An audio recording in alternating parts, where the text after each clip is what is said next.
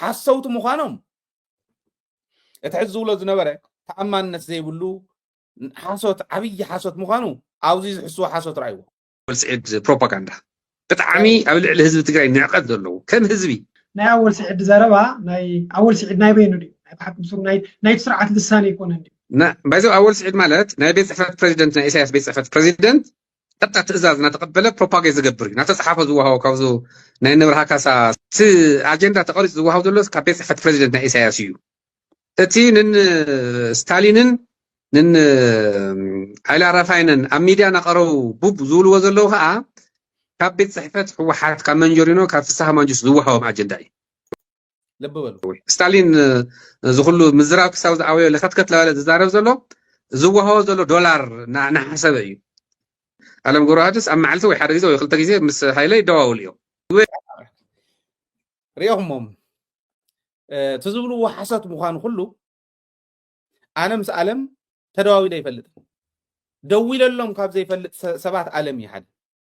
ደው ኢሎም እውን ካብ ዘይፈልጡ ደው ኢለሎም እውን ካብ ዘይፈልጥ ሰባት ሓደ ኣለም ገብረዋህድ ፍስሓ ማንጁስ ሓንቲ ግዜ ንዕኡ እውን ብክንደይ ዙርያ ጥምጥም ሰራዊት ተንቤንደው ገለዶ ከምዚ ተወቂዖም ገለ ክበሃል ከሎ ዶክተር ደጀን ዝበሃል ወዲ ሓሶት ሓስዮ ባጃጅ ሰሚዕ እያ ክብለና ከሎ ተገይሩ ዲ ንምባል ንፍስሓ ማንጁስ ክድውለሉ ብዙርያ ጥምጥም ንዕኡ እውን ኣብ ውሽጢ ዓዲ ዘለው ስድና ምርካብ ስለ ዝሰኣኑ ኣነ ንዕኡ ክረክብ በሊለ ሓንቲ ግዜ ንሰሓቲት እዮ ቤት ጽሕፈት ህወሓትስ ንሃይለ እሞ ክንዲ ተኣነ ዝብሎ ክንዲ ተኣነ ስትራቴጃይዝ ዝገብሮ እንተዝገብሩ ህወሓትማ በዓል ንስኹም ዓይነት ገፈጥ ሒዞም ከፈ ይመበሉ ሃይለ ክንዲ ዝሓስቦ ሃይለ ክንዲ ዝሰርሖ ጽሒፎም ዝውናስ ንሳቶም እንተኮይኖም ሙዚዳ ናውዚ ዘይመፅሓና ኣነ እኮ ዝብል ዘለኹ ዝበልክዎ ዝህበኩም ዘለኹም መረዳእታ ብሚድያ ንሕልፎ ዘለና ዘይትሰርሕዎ ህወሓት እንታኾንኩም ዘይትሰርሕዎ ሰራዊት እንታኾንኩም እየ ዝብል ዘለኹም በር ህወሓት ከክንዲ ሰሪሓ እንተትበና ካብ ቤት ጽሕፈት ህወሓት ክንዲ ዝኣክል ስትራቴጂ እንተዝመፅእ ነይሩ ህወሓት ኣይትወድቕን ንህወሓት ደይኮንና ንወቅስ ዘለና ተብልዕና ኣለኹም ይኹን እንዳወልኩም ህወብላ ተጸጊዕኹም እንዳሕለፍኩም ማንም ገፈጥ ሸራፍ ርእስን ሸራፍ ስንን ዝመስል ዝኹም ዝበለሰብ ሒስኩም እናተቐመጥኩም ዕሩይ ሰብ ምዕሩይ ሰብ ብቕንዕናን ብዓቕምን ተመዘነ ናብ መሪሕነት ኣምፁ እቲ ህዝቢ እንታይ ገበረ ተበሳብስዎ ዘለኹም ንብሎም ዘለና ኮነ ህወሓት ኮይኑ ህወሓትስ ንሃይለ ጽሒፋ ክትቦ ናይ ህወሓት መራሕትስ ንዓይኒ ሃይለ ጽሒፎም ክውን ማለት ድዩ የውቃዕዮም ክንዲ ተኣነ ዝሰርሖ ዘለኹ ክንዲ ተኣነ ዝብሎ ዘለኹ ኣማዕድዮም ክርእዩ እንተዝኽእሉ ነይሮም ውድቦም ኣውዝዩ ኣብ ፈተና ይመብፅሕዋን ከም ጌታቸው ዝበለ ገፈጥ ሒዞም እዮም መመፁን ከም በዓል ክንደያ ዝዓይነቶም ኣብ ገንእ ተጠሚቖም ዝውዕሉ ሒዞም እዮም መመፁን ኦኬ ዲስፕሊን ዝበሃል ነገር ኮሉ ኢ ዲስፕሊን ዝኾኑ ሰባት ገፊጦም ዝመፁ ጽባሕ ንጎ እንታይ ክኽሰት ዝብሉ ኣማዕድዮም ክርእዩ ዘይኽእሉ ሕቶ ክመፅእ ከሎ ፈቐድኡ ተተሓቢአን ዝኸዳ እዚኦም ድዮም ንሃይለ ጽሒፎም ክውዎ ሰውቲ ምዃኖም ባህሊ ኳያት ረኣይዎም እዚ ኣነ ደው ኢለሉ ይፈልጥ ኣለም ዝበሃል ደው ኢለሉ እውን ደው ኢለሉ እውን ዘይፈልጥ እዩ ኣብ መዓልትስ ክልተ ግዜ እዩ ከዓ ዝብለኒ ኣበይ ከይርክቦ ክረኽበሉ ክልተ ግዜ ብመዓልቲ ተንኣዘ ሓደ ወይ ክልተ ግዜ ሲደዋወሉ እዮም ብመዓልቲ እዩ ዋላ ሓንቲ ግዜ እኮ ደው ኢለሉ ዘይፈልጥ ዝወዲ እዚ ትሽሞ ጸሊሞም ክመርሕ ዝኽእል ሰብ ብቕዓት ዘለዎ ካብ ዝበሃል ናይ ህወሓት ኣመራርሓ ሓደ እንዲ ሽሞ ጸሊሞም ካራክተር ኣሳሲኔሽን ገይሮም ዘውረድዎ ከይኣኽሎምስ ምስ ሃይለ ተሓሒዙ ከዓ ይሕሱ ፈሽላ ንሃይለ ማንም ጽሒፉ ክወ ይፅበን ሃይለ ኦኬ ጽሒፉ ዘምፅእ ዓቕሚ ዘለዎ እንተሃልየ ይቅበል ማለት ኣይኮነን ተረዳዲእ ክኽእል እየ ዘዳምፅ ዝንለኒ ግን ሃይለ ትሰርሖ ዘለኹ ሰሚዖም ተሰርሕዎማ ከማኹም ዝበለ ገፈጥ ሓንቲ ለይቲ እውን እየሓድር ናብ ስልጣን ዝወዲ እዚ ሒዝስ ዛርእሲ እዚ ኣሒዙስ ናይ መድሓኒት ቁፅፅር ቢሮ ሓላፊ ነይሩ ናይ ክልል ኣንታ ዝየሪልኩም ኣታ ከመይ ዝበልኩም ወራዳታት ኢኹም ሰብ ኢልኩም ሰብ ተሳኢኑስ መድሓኒት ቁፅፅር መቸም ናይ ሜዲካል ሳይንስ ሰብ ሞያ ኣለዉ ፋርማሲስትስ ኣለዉ ኬሚስትስ ኣለዉ ኣብ ትግራይ ኣለዉ ማዕትኒው ዓቕሚ ዘለዎም ብቕዓት ዘለዎም ቅንዕና ዘለዎም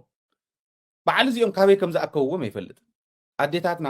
ብሰፍኢ መሸላ ወይ ካሊእ ክጎላ ከለዋ ጉርዲ ጉላል ኣብ ላዕሊ እንድያ ቁጢጥ ትብል ጉላሎም ከምዚ ዝበሉ ጉርድታት ኣብ ላዕሎም ፅዮም ከፍ ኣቢሎም ህዝቢ ትግራይ ዘበሳብሱ ዘለው እዚኦም እዮም ናይ ኣወል ስዒዶም ሲሉ ሕዚ ኣወል ስዒድ ካብ ፕሬዚዳንት ፅሕፈት ቤት ዝወሃቦ ኢሉ ኣበይ ሪኢኻዮ ኣይ ድሓን ናታቶም ኣጀንዳ ስለ ዝሕልፍ ንሱ እዩ ኢልና ንኺድ ኢሉ ክኸድ ይኽእል እዩ ድሓንቲ ከምኡ ዝበለ ፕሮፓጋንዳ እውን ይጠቕመና ኢና ዓና ናይ ኢሳያስ ያዚኣ ኢልና እንተኸይድና ፕሮፓጋንዳ ይጠቕመና ኢሉ ይኽድ ንዓይና ሃይለስ ቤት ፅሕፈት ህወሓት ተፅሒፉ ክበኒ ከኣነ ዝብሎም ተሰርሖ ኣበይ መወፅ ሓሰውቲ ምዃኖም እዚ ዶላር ይኸፈሎ ስታሊን ኢሉ ዜርያ ኣቦ ንዓይ እኳ ኣይበለንን ስታሊን ዶላር እናተኸፈለ ይሰርሕ ማለት ክፍሊት ስለ ዘይተኸፈሎም ደቁ ከም ማሓደር ስለ ዘይከኣለ ደይኮነን ትዘውፆ ዝነበረ ናይ ቲኤምኤች ዘውፆ በሉ ንእሽተን እኳ ወስኹና ብነፃ ዝሰርሑ ዝነበሩ ሰባት እዮም ቃልሲ ዘባኽኑ ወራዳታት ናይ ሰብ መስዋዕትነት ዘባኽኑ ወራዳታት ከምዚኦም ዝበሉ እዮም እዚ ተሓሶቶም እየ ዝብለኩም ዘሎ ሕዚ ኣመራርሓ እውን ከይዶም ተጋደልቲ እውን ይኸዱ ኣለዉ ክብል ከሎ ፈሽላኹ ሓሳዊ ይብሉ ኣነ ምክንያቱ ንዓይ እውን ሓስዩ ትሕዚ ክንዲ እምባ ዝኾነ ሓሶት ዝሓሶ ሓሶት ምዃኑ ስለ ዝፈልጡ መን ኢና ሃይለ ፅሒፉ ክወስክ ንገር ህወሓት ከይትፈርስ ኣብዚ ኮይንና ንቃለሶን ናይ ህወሓት ኣመራርሓ ውሽጢ ኮይኑ ዝቃለሶን ሓደ እዩ ሃይለ በይነይ ዝቃለሶን ናይ ህወሓት ካድረ መግደፍዎም ቶም ተራ ካድረ ቶም ስራሕ ፈፃሚ ዝቃለስዎን ሃይለ ዝቃለሶን ታ ውድብ ንክትድሕን ምክንያቱ ብህዝብና ሽም ስለ ዝፈረመት ምክንያቱ ናይ ትግራይ ውድብ ስለ ዝኾነት ታሪኻዊት ውድብ ስለ ዝኾነት እዚ ኢልና ንቃለሶን ህወሓት በዕላ ብስራሕ ፈፀምታ ትቃለሶን ነንወይን ኮይ እዚኣ እታ ርእሶም ከምዚኦም ዝበሉ ተመሊሶም ናብ ስልጣን ከይመፁ ተጠንቀቑ እየ ዝብል ኣነ ንሕወሓት ተጠንቀቑ ቶም ሕዚ ትትክእዎም ኣብቲ ናይ ግዜያዊ ምሕዳር ናትኩም ኮታ ንምምላእ ትትክእዎም ከም ጌታቸው ዝበለ ከም በዓል ክንደያ ዝበለ ከም በዓል ሓጎስ ጎዲፋይ ከም በዓል በየነ ዝበለ ዓሰስ ገሰስ ከይተምፁልና እዚ እየ ዝብሎም ህዝቢ ማለት ብቅንዕና ዘመሓድሮ ይደሊ ህዝቢ ሕዘንሉ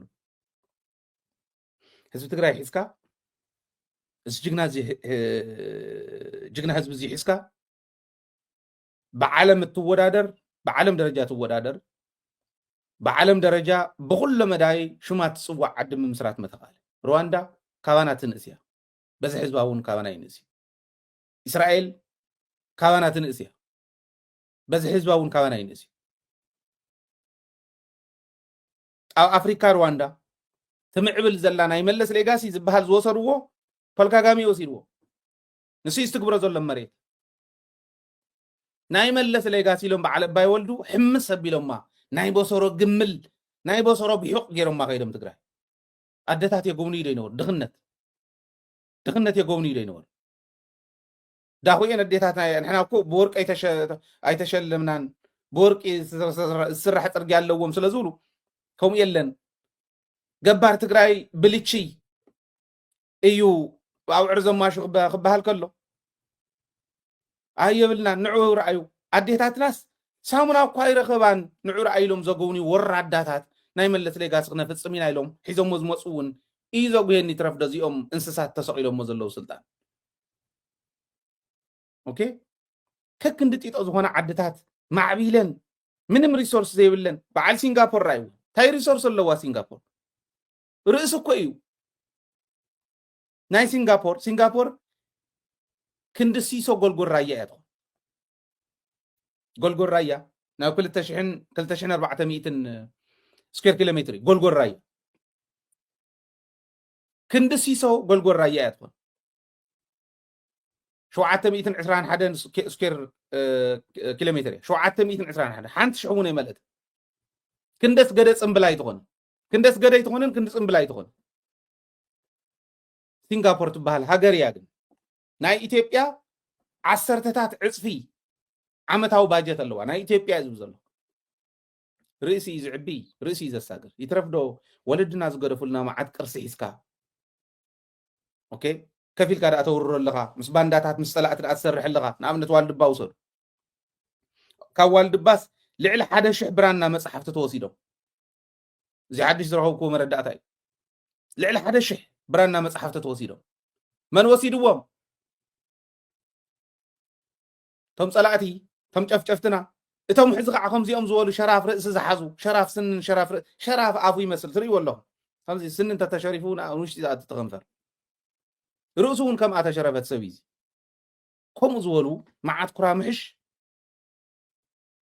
ምስኦም ኮይኖም ዝሰርሑ ዘለዉ ፀላእቲ እዮም ወሲዶሞ ወሪሮም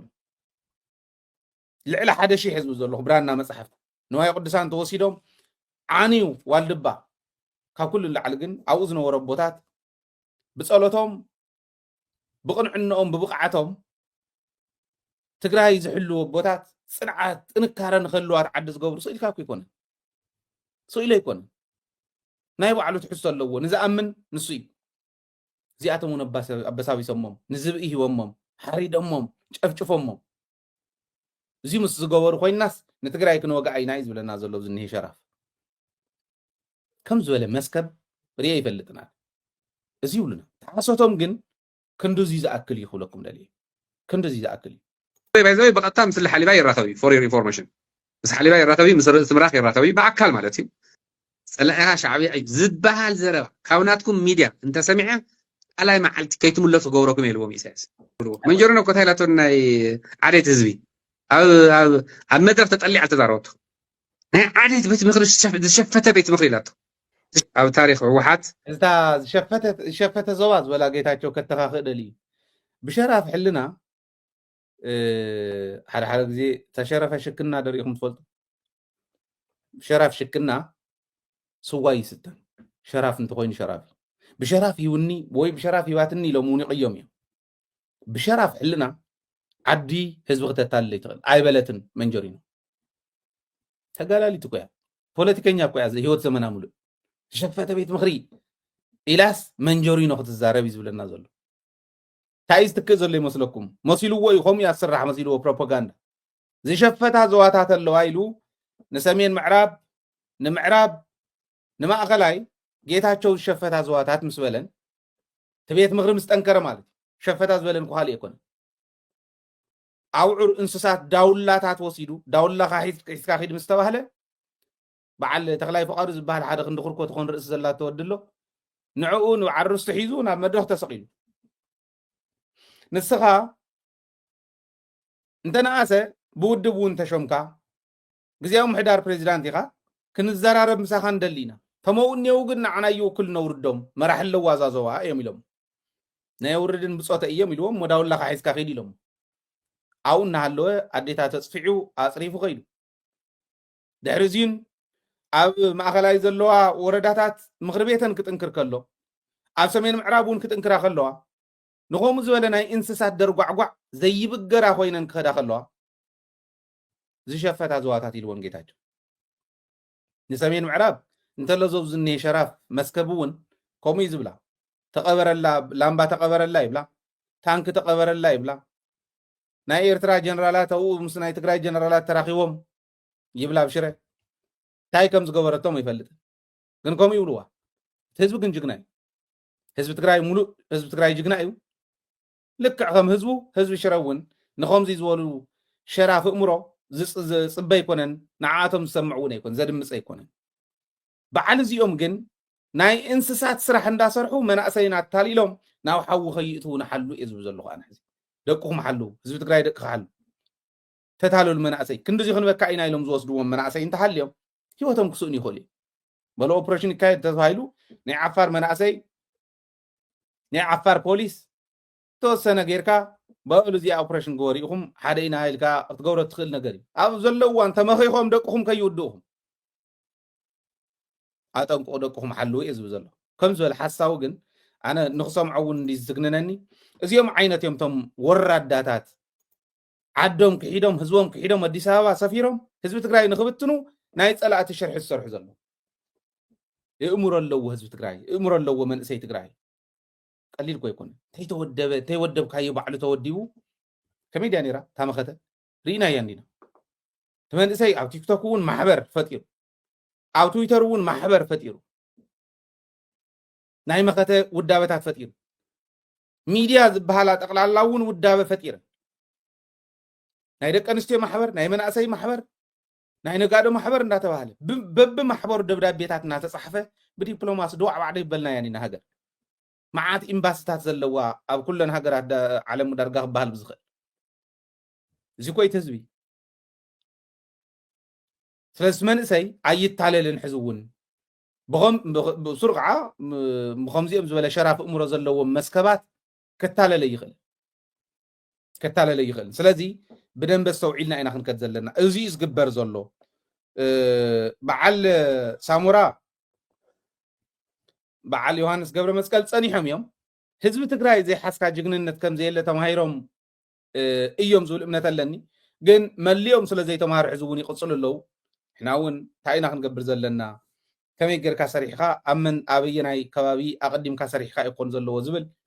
ብደንቢ ስትራቴጃይዝ ምግባር የድሊ ሓደ መናእሰይ ከይጠፍኡ ብደንቢ ኣስተውዒልካ ወፂኻ ምምካር መምዓድ የድሊ ከይታለሉ ካልኣይ ምስ ጎረቤት ምስራሕ የድሊ ምስ ኩለን ምስ ኣምሓራ ምስ ዓፋር ምስ ሱዳን ምስ ኤርትራ ምስራሕ የድሊ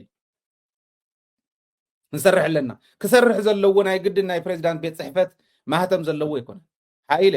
ተካል እዩ ዝመርሕ ዘለኹ ተካል ተዘይመርሕ እውን ህዝቢ ትግራይ ኢንቨስት ዝገበረለይ ሰብ እየ ንህዝቢ ትግራይ የዋፅእ ዝብሎ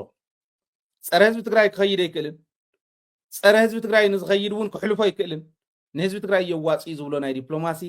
ስራሕቲ ናይ ከምዚ ዓይነት ዝኾነ ይኹን ርክብ ምስ ዝኾነ ይኹን ሃገር ይኹን ኤሊት ክገብረለን ካልኦት እውን ከምኡ ከመይ ጌርና ኢና ናይ ፀላእቲ ሽርሒ ክነበርዑኖ ንኽእል ዝብል ክንሓስበሉ እዩ ዝግባእ እቶም ፈፂሞም ከምዚ ዓይነት ርዲእ ዘይብሎም ሕልንኦም ዝሸጡ ብዕሉጋት ግን ያው ንዓዲ ምንም ማለት ንትግራይ ክብድህዋ ይኽእሉን ተወሰነ ፈተና ክኾኑ ይኽእሉ እዮም ግን ኣብ ሓፂር እዋን ክእለ ስለ ዘለዎ እዚ ክትሓስብለኩም መራሕቲ እዩ ብፍላይ መራሕቲ ሰራዊት ሕሰብሉ ፍታ ዘለውዋ ከይድካ ኣብ ስሪኦም መሽንካ ንዓዶም ምምላስ ከይተቐትልዎም ግን መሊስካ ምምሃር ምምዓድ የድሊ እቶም ኣብ ትግራይ ኮይኖም ዘበሳብሱ ዘለዉ ዝተረፉ ባንዳታት ካብቶም ዝሃደሙ ዝተረፉ ክእረሙ ክኽእሉ ኣለዎም ይቅርታ ክብሉ ክኽእሉ ኣለዎም ብግልፂ ማለት ዕላው ዝኾነ ይቅርታ ኢሎም ምስ ህዝቦም ክሰምሩ ኣለዎም እቶም ኣዲስ ኣበባ ኮይኖም ዝፍክሩ ዘለዉ እውን ምስ ኣዲስ ኣበባ ተረዳዲእካ እዩ እዚ ኢትዮጵያ ተረዳዲእካ እዩ ትርጉም ዘለዎ ስጉም ትኽውሰደሎም ዝኽእል እዚታት ክስራሕ ክኽእል ኣለዎ ንሕና እውን ክንሰርሕ ኢና ጥርጥር የብሉ ከፍ ዝብል ሰብ የለን ሕዚ ማለት ስለዚ ፀላእቲ ከምዙ ባልዕ ፀረ ባልዕ ነፊሕካ ኣለነ ኣብ ገዛ እንተሃልየን ፀረ ባልዕ ነፊሕካ ኣለን ፈለኽለኽ ዝብላ ኩለን ጨኒቃቶም ሕዝታ ፀረ ባልዕ ዝኾነት ናይ ሰራዊትና ውሳነ እንድያ ናይ ሰራዊት ትግራይ ውሳነ ናይቲ ጅግና ናይቲ ሓየት ሰራዊት ትግራይ ውሳነ ከም ባልዕ ኣብ ገዛ ፀረ ባልዕ ከም ተነፍሓለን ባልዕ ኩለን ፈላሕላ ይብላ ኣሎ ከም ዝበለኸ ክንዲ እምባ ዝኾነ ሓሶት ዝሕስቡ ቆልዑ እውን እኒዩ ፀላእቲ እቶም ከጥፉኡና ዝደልዩ እውን ናይ ባዕሎም ሓይልን ናይ ናህና ሓይል እውን ተጠቂሞም ይኸዱ ኣለዉ ይፅዕሩ ኣለዉ ትግራይ ንኸፍርሱ ከይትፈርስ እትፅዕር ዘላ ፀረ ባልዕ ትነፍሕ ዘላ ኣብ ገዛኣ ዘለዉ ባልዕ ኣብ ገዛኣ ዘለዉ በሊዖም ከጥፍእዋ ዝደልዩ ባልዕ ብደንቢ ጌራ ትምክት ዘላ ትግራይ ከምዘይኽእልዋ ስለ ዝፈልጡ ሓይልታት ናይ ባዕልና እውን ይወስዱ ናይ ባዕሎም እውን ንኣብነት ትማሊ 200 ሃገር ኣቋራጭ ቪድዮ ኣለኒ እዩ ኣጋጣሚ ስለ ዘየዳለኽዎ ግዜ እምበር ፀኒሐ ንበይኑ ከቕርበልኩም እየ 200 ሃገር ኣቋራጭ ናብ ጦላ ይከይድ ኢትዮጵያ ትገብሮ ዘላ ራእዩ መንእሰይ ትግራይ ረኺባ ምስ ትግራዋይ ዝገጥመል መንእሰይ ትግራይ ረኺባ ይትረፍ እሞ ናይ ባዕላ እውን ትገብሮ ዘላ ራእዩ 200 እየን ከይደን ናብ ከባቢ 20,000 ዝኣክል ሓድሽ ዝሰልጠነ መንእሰይ ክተውፅእ እያ ሕዚ እዚአን ነዚኦም ከምፃ እየን ዝኸዳ ነይረን ብክልተ ኦራልን 6 ፓትሮልን ተዓጂበን ኣብ ውልቅጤ ከተማ ምናልባሽ ኡ ከባቢ ዘለኹም ደደቢት ትከታተሉ ልክዕ ሰዓት 8:55 ዝተለዓለ ኢቱ ኣብ ኢድና ዝበፅሐ ቪድዮ ማለት ሰዓት 8:55 ናይ ቀትሪ እዮም ኣልዒሎም ሰዲዶምልና ساعة 8:55 بولقتي نابطول لا يحلفا نيرن مالتي سلازي 20,000 حدشتي تسلطنوا يوصل حسبوا 20,000 مالت بحدش ندي زلهو ناي نروي هاجريا ناي نروي اكتيف بيرسونيل زبحال 10 حدن شيء ناي سويدن كومي غوروبيت ناي إثيوبيا زغنت كينيا 23,000 اكتيف بيرسونيل اللو ترى ريزرفي أبي أحمد بحدا زور سلطنة 20,000 كاب طول لا يطرح برشلو قولو كالوت نيو مسلطن معاتيوم كاواتهم زوصو يحدقوا بقى 10 مليون سلطينه وحج كسدل لايني إرترا بتكبار يرى له مالت نامانا ون كسدي نبيناني إرترا زمص وحج يلا كسدي بسرو ون عنات فينا إرترا خيد زدل لازم 20,000 زاكل بحدا زي سلطينه موصلو اندحرنا يتግራይ መንእሰይ ክኸደሎም ክኢሉ ግን ይውስኽዎ ትግራዋይ ስለ ዝኾነ እሾውን ብእሾውን እንዳወሉ ነንባዕልና ባሊዖም ክውድኡና ይኸዱ ማለት ነዚ ከመይ ጌርካ ኢኻ ትዳለወሉ ሰራዊት እንታይ ይግበር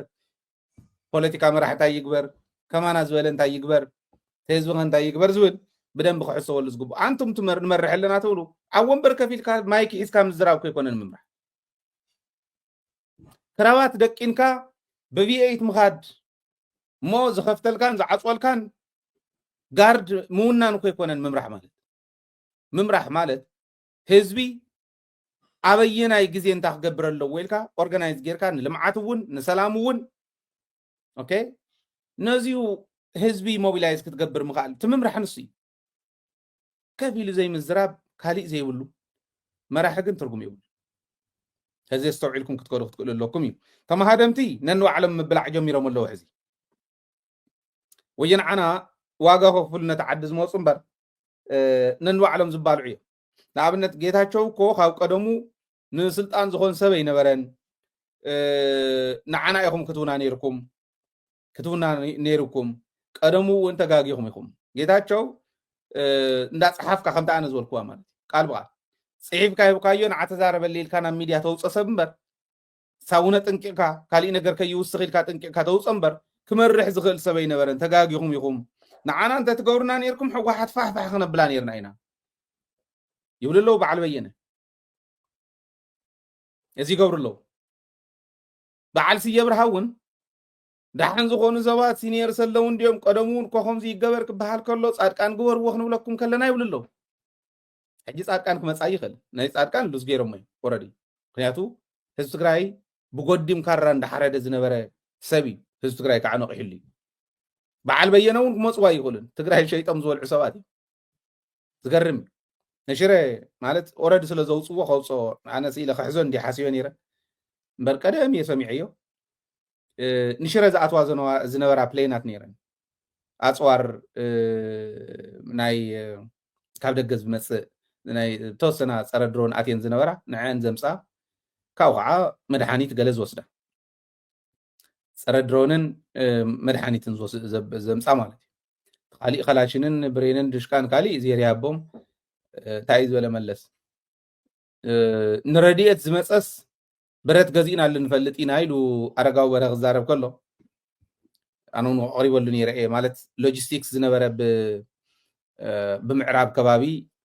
እንዲኔርቱ ናይ ስታዮም ኣብኡ ከባቢ ኢና ንልውጥ ነርና ኢሉ ሓር ተገረላይ ሃይለ እዩ ዝበሃል ሎጂስቲክስ እዩ ነይሩ ኣቅሪበሉ ነይረ ይትረፍዶ ንብረት እቱ ዝመፅእ ዝነበረ ረድኤት ነቲ ህዝብና እውን ኣይበፅሖን ኣይኣኸሎን ስለዚ ከምኡ ጌርና ይንፈልጥን ፍፁም ኢሉ መሊሱሉ እዩ ተገረላይ ሃይለ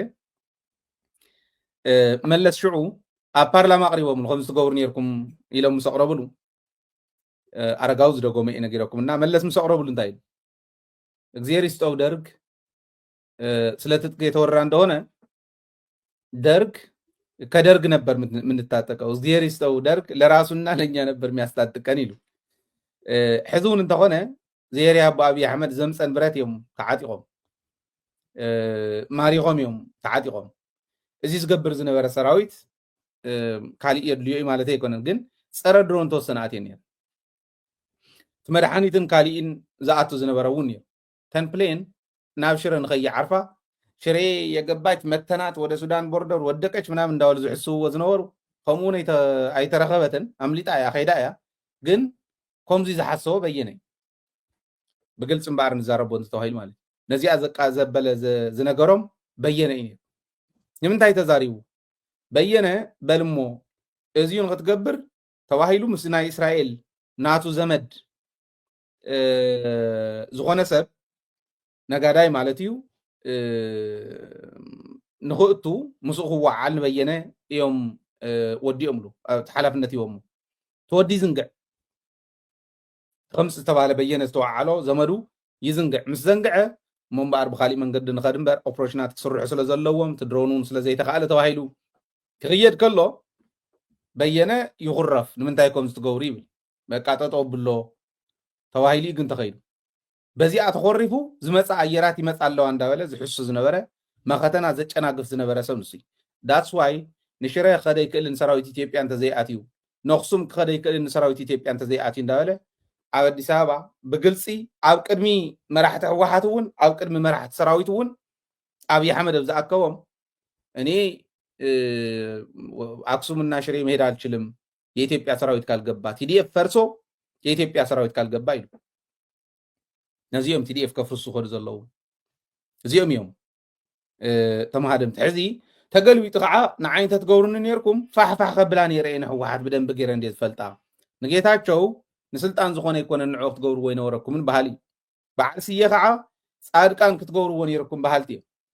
ኩላ ትሩፍ እያ ሕዚ እዚኦም ባንዳታት እዮም ዓዶም ዝሸጡ እዮም ህዝቢ ትግራይ ዝፈለጦም እዮም መሊስና ንእትወሉ ኩነታት የለኒ ብሕጊ ክሕተቱ እውን ዝነበሮም እዩ ሓንቲ መግለፂ ናይ ኣክሱማይ ዋዕላ ደስ ዝበለትኒ ብሕጊ ክሕተት ዝግብኦ ክሕተት ኣለዎ እዮም ዝብሉ ብርግፅ ሳቶም እንታይ እዮም ዝብሉ ኣቐዲምና ፍርዲ ይንሃብ ከም ህዝቢ መናእሰይ ኣቐዲሞም ፍርዲ ይህቡ ኣለዉ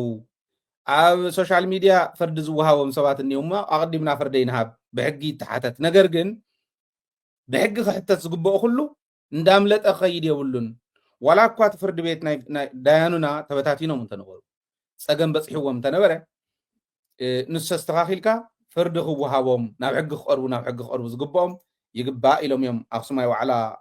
ኣልዒሎም ዘለው ፍርዲ ዘይምሃብ በዓልካ ብኢዶነንካ እውን ትክክል እዩ እዚ እውን ፅቡቅ መደረ እዩ ሕዚ እዚኡ ከተሓዘ ከለኹ ምስቶም ሃዲሞም ዝኒአው ሕወሓትን እቱ ግዝያዊ ምሕዳር የመሓድር ኣለኹ ዝብል ዝነበረን ሰራዊትን ተሰማምዕሎም ኮሚቴታት ተመሪፆም ከፃርዩ ተባሂሎም ተቐሚጦም ነይሮም ኣፃርዮም በየነ ካብ ወርቂ ካብ ሓንቲ ግራም 200 ኮሚሽን ይበልዕ ከም ዝነበረ ካብ መቐር ኮሚሽን ይበልዕ ከም ዝነበረ መረዳእታ ተረኺቡሉ ዲፌንድ ክገብር ኣይከኣለ ንዓኣ ከዳዓሰ ይከኣለ ተቐቢልዋ እዩ ሓጎስ ጎዲፋይ ሙስና ይበልዕ ከም ዝነበረ ምስ ኤንጂኦታት እናተሓሓዘ ምስ መድሓኒት እናተሓሓዘ ይበልዕ ከም ዝነበረ ቀሪቡሉ ክንደያ ምስ ፀላኢ ይሰርሕ ከም ዝነበረ ኣብ መኸተ እዋን እዩ ዝብሎ ቀሪቡሉ ሃይለ ይኮንኩን ዝብሎ ዘለኹ ፅሒፍኩም ሒዝኩምዎ ዘለኹም እዚ ቀሪቡሉ ሰሎሞን መዓሾ ፈቆዶ ጠረር እንዳወፀ ምስ ናይ ኤርትራ መራሕቲ ሰራዊት ይሰርሕ ከም ዝነበረ ኣብዚ ደብድቡ ናብዚ በሉ እንዳበለ ይኸድ ከም ዝነበረ ተገምጊሙ እዩ እዚኦም ዲፌንድ ይገበሩ ሽሻይ መረሳ ብረት ይሸይጥ ከም ዝነበረ ጨው ካብ ዓፋር ወሪሩ ጨው ወሪሮም ይነግዱ ከም ዝነበሩ ኩሉ መንእሰይ እናተ ማወተ ዓዱ ከድሕን እዚኣቶም ይነግዱ ከም ዝነበሩ ተነጊሩሎም በዓል ብርሃነ ንሰራዊት ዝተዋፀ ገንዘብ በሊዖም ተሓቢኦም ዝነበሩ ተሸሽጎም ዝነበሩ ምዃኖም ብርሃነ ገብረ ኢየሱስ ወዲ ካባ ጋዲሳ እዚኣቶም እውን ከምኡ እዮም ማንም ትኹላ ሓደራ ህዝቢ ዝበልዕ እዮም እዚኦም ሕዝነኒ ባዕሎም ከይዶም ይባልዑ ኣለዉ ማለት እዩ